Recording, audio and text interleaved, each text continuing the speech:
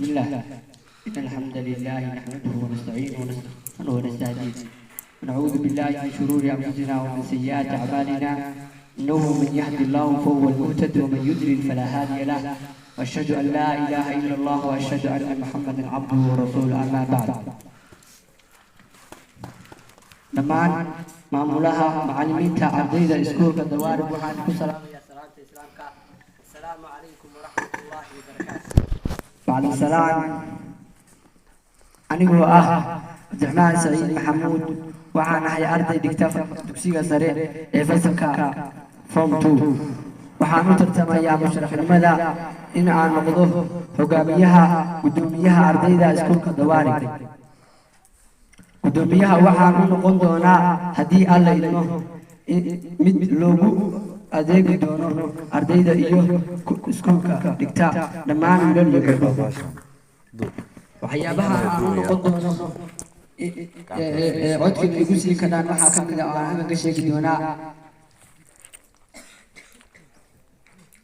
waxa aan kale oo aan samayn doonaa barnaamijka aan ugu magac daray tartanka iyo tacliinta waan igu samayn doono haddii aad codkeena siisaan taasaan igu samayn karaa.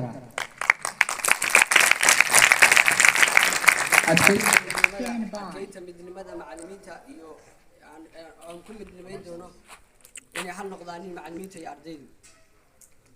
kor u qaadidda hal abuurka ardayda iyo iskuulka. kor u qaadidda wacyigelinta ardayda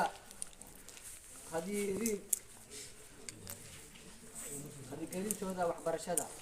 waxaan kale oo aan ka shaqayn doonaa bilicda iskuulka. tusaale ahaan halka waxaan ku qoran carabi waxaan u bedeli doonaa haddii aad codkiina siisaaniin oo ku bixinaayo hadeer oo ku baxaayo luqadda laatiini baa u bedeli doonaa halka haddaa codkiina siisaan.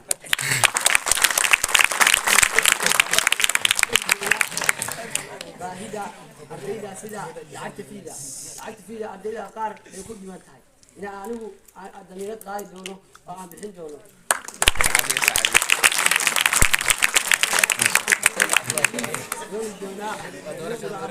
macallimiinta oo ah muraajacada fuulka ah.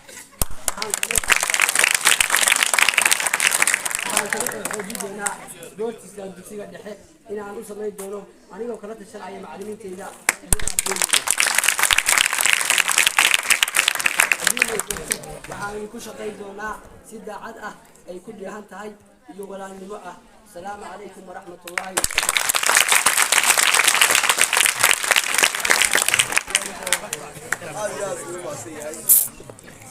عبد الرحمن سعيد محمود هذا لو حصاد وين قاعد شرح سلاحات وقلت له يا